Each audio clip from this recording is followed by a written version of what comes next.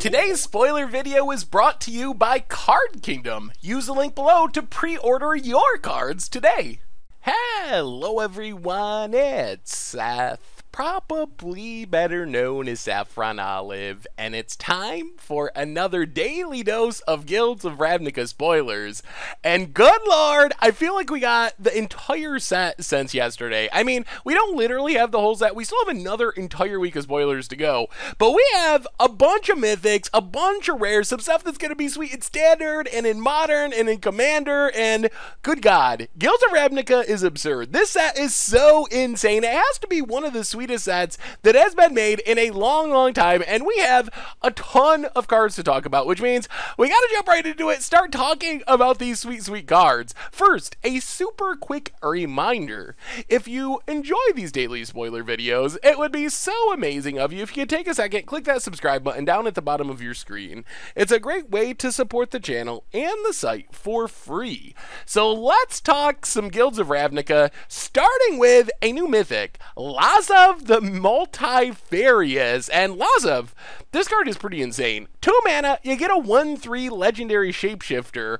When it enters the battlefield, you get to surveil 1, so you kind of get some nice little pseudo scry action going on, which is never a bad thing. And then the big payoff is you can pay X, and Lazav becomes a copy of target creature in your graveyard with converted mana cost of X, except it remains the same name. It is still legendary in addition to its other types, and it has that ability. So what do you do with Lazav? Well, first off, it's very competitively costed, and it's kind of like this weird hybrid of Necrotic Ooze and like Dimir Doppelganger. Necrotic Ooze just gets abilities for free, but it doesn't become a copy of the creature, so you don't actually get the power and toughness change and whatnot. Dimir Doppelganger, a little bit slower, and you gotta exile the card, which makes for less repeatable shenanigans, and it's a little bit more expensive. So with Lazav, in Standard, I don't really know what you do with this. The problem in Standard is the stuff you want to copy that's really powerful, like copy Razaketh to get the ability to sacrifice creatures and tutor. It's going to cost you 1,000,000 mana. You got to pay 8 mana to become a copy.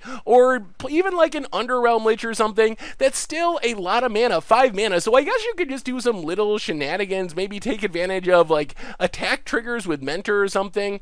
But I think where this card really shines is in older formats or in Commander. So with Lazav, imagine this in Modern. You could do some really sweet shenanigans. So let's say you play Lazav on turn 2. On turn 3 or turn 4, depending on like your mana situation, you can turn Lazav into Emulating Soul Eater, pump it 9 times to make Lazav into a 10 power creature, and then pay 2 more mana to turn it into a Blighted Agent, and you just kill your opponent. 1 shot, 10 infect. If your opponent doesn't have a blocker, you can do it even cheaper with Glistener Elf. So there's these weird combos where you can take advantage of turning Lazav into multiple creatures in the same turn. Another one that's kind of funny is Vector Asp with Death Shadow. So this one, you play Lazav on turn 2. Turn 3, you do have to have Vector Asp and Death Shadow in your graveyard and have lost a lot of life, so maybe it won't really happen on turn 3. But you know where I'm going with this. But you can turn Lazav into Vector Asp for 1 mana. Pay 1 to give Lazav, which is Vector Asp, infect, and then turn it into a 10 power Death Shadow, attack your opponent, 10 infect, kill your opponent. So I'm very excited for just the weird, crazy things you can do with Lazav. As just a value creature, it's fine, but it's especially exciting to me as some sort of weird combo generator. And this doesn't even include Legacy, where there was a time when Stiflenought was a deck. Phyrexian Dreadnought, 1 mana 12/12, but it sacrifices unless you sacrifice a bunch of creatures. So traditionally, you would play Dreadnought, try to stifle it to get a 12/12 trample for free. Well, Lazav fits perfectly in that style of deck. Sure, your Phyrexian Dreadnought maybe it goes to the graveyard, but then for 1 mana, your Lazav becomes a 12/12 trampler with no enters the battlefield triggers because it's already there. So maybe we'll see a rebirth of Stiflenought in Legacy with Lazav being another payoff. So all around, I love Lazav. It is a super spicy commander. It is legendary to be your commander or to play it in Brawl. In Standard, I guess it's just a weird value card. At least it's cheap. In Modern, in Legacy, and in casual formats, though, there's some really cool janky build-around combos that are going to be super fun to try out with Lazav. So all around, I just love this card. It is super sweet. Next on our list, Mythic, number 2 of the day, Aurelia, Exemplar of Justice. So Aurelia kind of interesting. 4 mana, 2/5 flying angel. It does have mentor, so you can grow your other stuff. And then at the beginning of combat on your turn, you get to target a creature you control. And then until end of turn, it gets +2/+0, no matter what. But then if it's red, it gains trample. If it's white, it gains vigilance, which means Aurelia, if you just target herself with her ability, will be a 4/5 attacker that's kind of almost a 5/5, because you're probably going to get to put that mentor counter on something else. So I think Aurelia is potentially pretty powerful in standard. Like, the stats are just very strong. A 4/5 flyer for 4 is already a good deal, and that's not even including the fact it like kind of has haste. You play this pre-combat and you can target one of your other creatures. So this would be right at home in some sort of Boros aggro / mentor style deck. With cards like Boros Challenger or Relentless Raptor, not only are you pumping them, you're getting the trample and the vigilance, and if it's a mentor creature like Moorboss or Boros Challenger, then you're able to target bigger things with mentor because it's going to have more power. So this could definitely be the top end of some sort of Boros aggro style deck. The other exciting thing about Aurelia in standard is it's an angel, and we've been talking about Lyra, Angel Tribal, for a while now. We got Resplendent Angel in M19, so we have a 3-drop. We already have Shalai and Lyra at kind of the top end of our curve. Aurelia gives us another very strong angel that comes down before Lyra does. So imagine just a curve where you play Resplendent Angel, then you play Aurelia, get in some damage with a Resplendent Angel, then you play Lyra to give your angels lifelink. You can target your Resplendent Angel with Aurelia to pump it and gain enough life to make another angel for free. So that curve seems very close to unbeatable. I mean, outside of removal and stuff, but if you just go Resplendent Angel, Aurelia into Lyra Dawnbringer, and you even got Shalai for protection, so I'm imagining some sort of Boros or Naya angel deck could be very good. I mean, it's not tricky, you're not doing anything crazy, you're just playing extremely powerful, hard to deal with, huge evasive threats again and again and again, and crushing your opponent. So we'll see. I'm actually pretty excited for Aurelia in standard. It's cheap, it's efficient, it does a lot of things that you want to do, and I expect that we will see this angel seeing play in standard, in Boros, in Angel Tribal, and maybe some other places as just a solid mid-range threat as well. Next up, oh my god, Mythic number 3, Doom Whisperer. And this card, it just has insane stats. For 5 mana, you get a 6/6 flying trample. Traditionally, these type of cards have drawbacks. No drawback on Doom Whisperer. Instead, you could just pay 2 life to Surveil 2 whenever you want to. This card is just so undercosted. If you look back through the history of Magic, normally, if a demon is like this, it has a drawback, or it's more expensive like Demon Bells and Lock. I look back through all of Magic, and I could not find a 5 mana 6/6 flyer. I believe this is the first time that has been printed, and that doesn't even include trample. So this card is just all upside, all insane. The rate is great, the stats are great, it closes out the game quickly. Surveilling can be very powerful. You can do shenanigans with Narcomoebas and Blood Operatives.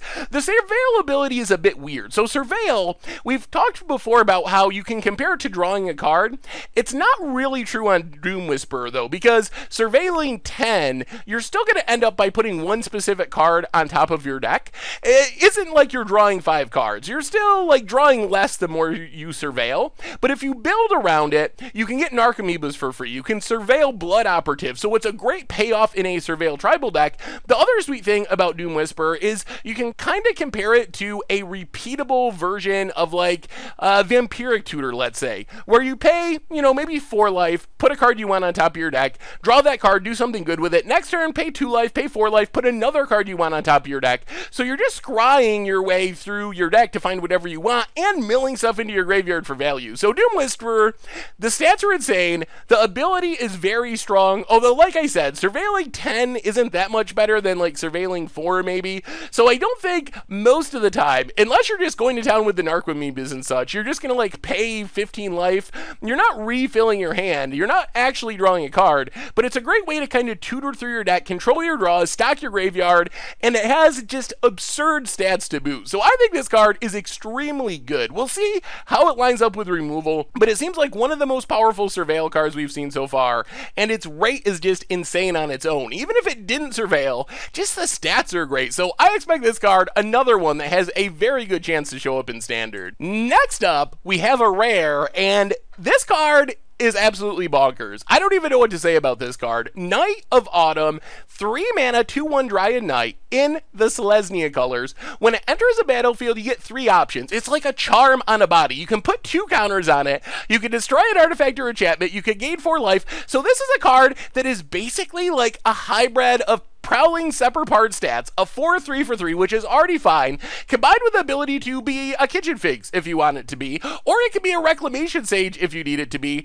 which is just an amazing combination of abilities. I think in Standard, probably the best payoff is something like Knight Tribal. It does have a relevant creature type with History of Benalia's, Valiant Knights, Knight of Grace. Otherwise, I mean, it's fine on its own. A 4/3 for 3 in Standard is already fine, and maybe we'll be in a format where destroying an artifact or an enchantment is relevant. Maybe we'll have a red aggro deck. This card would be a main deck staple in our current format because it would be so good against the red aggro decks, gaining life. It would blow up artifacts against the random Aetherflux Storm decks. It is just doing so much for such a little cost. The main reason I'm excited about Knight of Autumn, though, is this is one of the best Modern cards in the set. In Modern, it's all about maximizing the value of each of your sideboard slots. You got to play against like 30 different decks. You only have 15 sideboard slots. So right now, you often will have decks dedicating some slots to like Kitchen Finks effects or Core Firewalker effects to fight against aggro, and also dedicating some slots to like a Reclamation Sage or something. Knight of Autumn gives you both in one card. So suddenly, instead of dedicating 3 sideboard slots or something to Rec Sages and Kitchen Finkses and whatnot, you could dedicate less slots to it because Knight of Autumn is doing both, which frees up more slots for other things for other matchups, which makes this card absolutely absurd. And that doesn't even include the fact that this could very well be a main deck option, especially decks with Collected Company, Chords of Calling to find it when it's good. The rate is good enough if you just put counters on it, and gaining life is relevant in a lot of matchups. Destroying an artifact and enchantment is relevant in a lot of matchups. You lose any creature type value in Modern. Knights and Dryads aren't really a thing, but this card is absolutely insane. It is one of the most powerful cards that we've seen in the entire set. It's going to be great in Modern. I expect it'll see play in Standard as well. I'm just blown away by the flexibility that this card offers. So good. Next up, we have Venerated Loxodon, which I think is way more powerful than it looks at first glance. So, 5 mana 4/4, yeah, okay, I guess maybe in limited. The big deal here is it has Convoke, and when it enters the battlefield, each creature that you tap to convoke it into play gets a +1/+1 counter on it, which means Venerated Loxodon can be absurd in some sort of token deck, where you go Legion Landing on turn 1, Sapperling Migration on turn 2, maybe turn 3, you tap your token, you tap your Sapperling Migration tokens, you get a 4/4 Venerated Loxodon, and you pump all the rest of those creatures that you tap. So you're getting a 4/4 plus putting 3 counters on things. That is an insane deal. If it goes later in the game, you can cast it for literal free. Tap some History of Benalia tokens as well to pay for the white mana, pumping your team, giving you some sort of protection. It could show up in just a regular like green-white aggro deck as well, some Selesnya deck, where you're just like playing your Line of War Elves, playing your Branch Walkers, your Jade Light Rangers.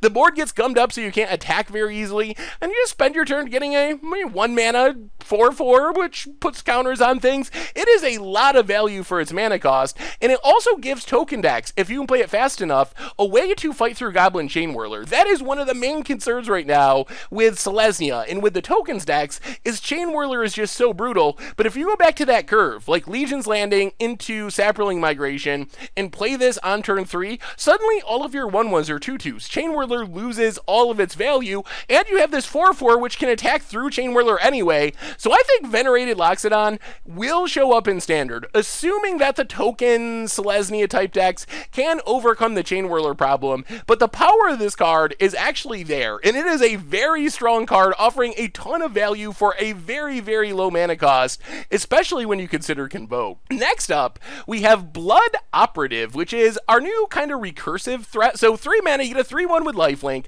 When it enters the battlefield, you can snipe a card from a graveyard, exile that card, and then when you surveil, if Blood Operative is in your graveyard, you can pay 3 life, bounce it back to your hand. So this is kind of like a Blood Artist type effect. The big trick here, and they confirmed this yesterday when they were spoiling it on the Wizard stream, is if, let's say you cast a Dream Eater, and you surveil 4, and one of the cards that you mill is Blood Operative, you can immediately pay that 3 life and return it to your hand, so you don't have to wait for the next surveil. So if you ever surveil this, you just get it back, which makes it kind of like this pseudo-narc amoeba. Like, you gotta pay mana to cast it, but it's another card that you get for value when you mill it into your graveyard, so it turns surveiling into literally drawing a card and getting a Blood Operative. And this card can block, and it even has lifelink. While it does kind of get wrecked by Goblin Chain Whirler, it is a good recursive blocker, gonna keep gumming up the ground, keeping the opponent from being able to get through your life total. If they kill it, then you surveil again and get it back and block again. So I think this card is actually pretty reasonable. Yes, you have to be in a surveil deck or have at least a reasonable number of surveil cards to really make it worth it, but in the right shell, it is a very powerful option. Next up, we have another mythic, Trostani Discordant, and this one's pretty spicy. For 5 mana, you get a 1/4 that pumps all your other creatures +1/+1. When it enters the battlefield, you get 2 1/1 white soldier creature tokens with lifelink, so it's technically making 5 power and even more toughness for 5 mana. And then, at the beginning of your end step, each player gains control of all creatures they own, which I don't really know what this is doing. Maybe there's some crazy creature stealing cards that will be coming in Standard eventually. Probably more of just a commander clause. So this card, it's basically a twist on like Angel of Invention, Regal Caracal, and both Angel of Invention and Regal Caracal prove themselves to be standard staples. Trostani Discordant, very similar. You're getting 5 mana, 2 tokens, pumping everything, so I think that there's a pretty reasonable chance this shows up in Standard. It seems like it is especially important for token decks, where right now Goblin Chain Whirler is kind of a potential nightmare for anyone looking to go wide with 1/1s, but the combo of Trostani and also Venerated Loxodon, pumping the 1/1s, making them 2/2s, helps you survive Goblin Chain Whirler a little bit better. The extra point of toughness on Trostani actually pretty relevant there, since red decks often are using like Lightning Strikes, Wizard's Lightning for their removal, so they might have a hard time dealing with that extra point of toughness, and just permanently pumping your team to survive Goblin Chain Whirler seems really important for the deck. Next up, we have Connive Concoct, another split card, and this one, front half, meh. I mean, 4 mana, gain control of target creature with power 2 or less, pretty limited.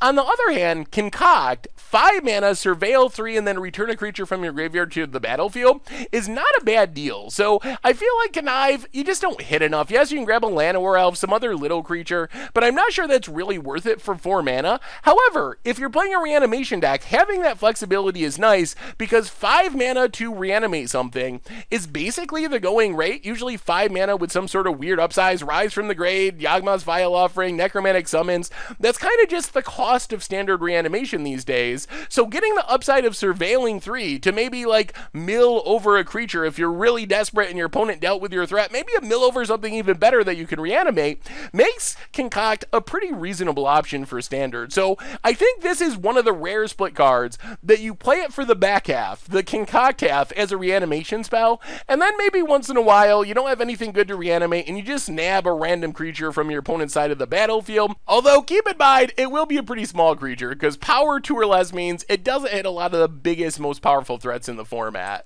Next up, we have Ritual of Soot, and Ritual of Soot is basically a new, kind of weak wrath. I mean, it's basically a consume the make. Destroy each creature, convert a mana cost 3 or less. You get 1 less mana on Ritual of Soot, which is nice, 4 mana instead of 5, but you lose the instant speed ability of Consume the Meek. So this is a card that I feel like is probably a sideboard card, but it could show up in main decks depending on what the metagame looks like. It's obviously insane against tokens, because tokens don't convert to mana cost, you get rid of them, so it wipes out any tokens on the battlefield. Also could be very good against like goblins or Boros mentor decks, so there are decks where this will be a very powerful wrath, where you're killing most of your opponent's creatures for 4 mana, which is a good deal, but really it'll depend on what the metagame looks like. If everyone's playing Lyras and Shalais and big 4 and 5 mana threats, then Ritual looks a little bit silly and is probably more of a sideboard card that you bring in your control deck when you're playing against tokens, playing against aggro. Otherwise, Omnispell Adept is super spicy. 5 mana, you get a 3/4 human wizard. Its ability is something I don't think has been on a card in Magic's history. 3 mana, tap it, you can cast an instant or sorcery from your hand without paying its mana cost. So in Standard, there are a few things that are pretty interesting. If you get this down 3 mana, you can Apex of Power, which is insane, drawing you so many cards, making so much mana, because remember, you are casting it from your hand. Like, yes, you are not paying the mana cost, but you were actually generating all that mana with Apex of Power because it was cast from your hand. Overflowing Insight, suddenly 3 mana draws you a 7 card Brass's Bounty. The other thing about this is it does break the timing restriction, so you could cast an Overflowing Insight or an Apex of Power on your opponent's turn if you want to, or a Brass's Bounty as well. There's also some super sweet things that you can do in Modern or maybe in casual formats. Enter the Infinite, 3 mana, draw your entire deck, Primal Surge, dump everything on the battlefield, try and stretch, take a couple extra turns in a row. So there's probably some combo potential as well. I mean, if you could get a bunch of big card draw spells, get down a Paradox Engine and a Gilded Lotus, you could just activate your Omnispell Adept with Gilded Lotus mana, cast something massive, probably to draw you a ton of cards from your hand, which will untap Omnispell and Gilded Lotus so you have the mana to activate again. Keep going, keep going, keep going. Unfortunately, or maybe fortunately, Paradox Engine is rotating, so this will be more of a commander synergy than a competitive deck in Standard, because Paradox Engine not around anymore. But I expect Omnispell Adept to be a super fun against the odds style card in Standard and in Modern, and probably just a staple in Commander. If you're playing any sort of Spellslinger deck, playing any sort of Wizard deck, this is definitely insane, and it's one of those cards where if you can get one activation with it, reasonable chance that you will just win the game on the spot by casting something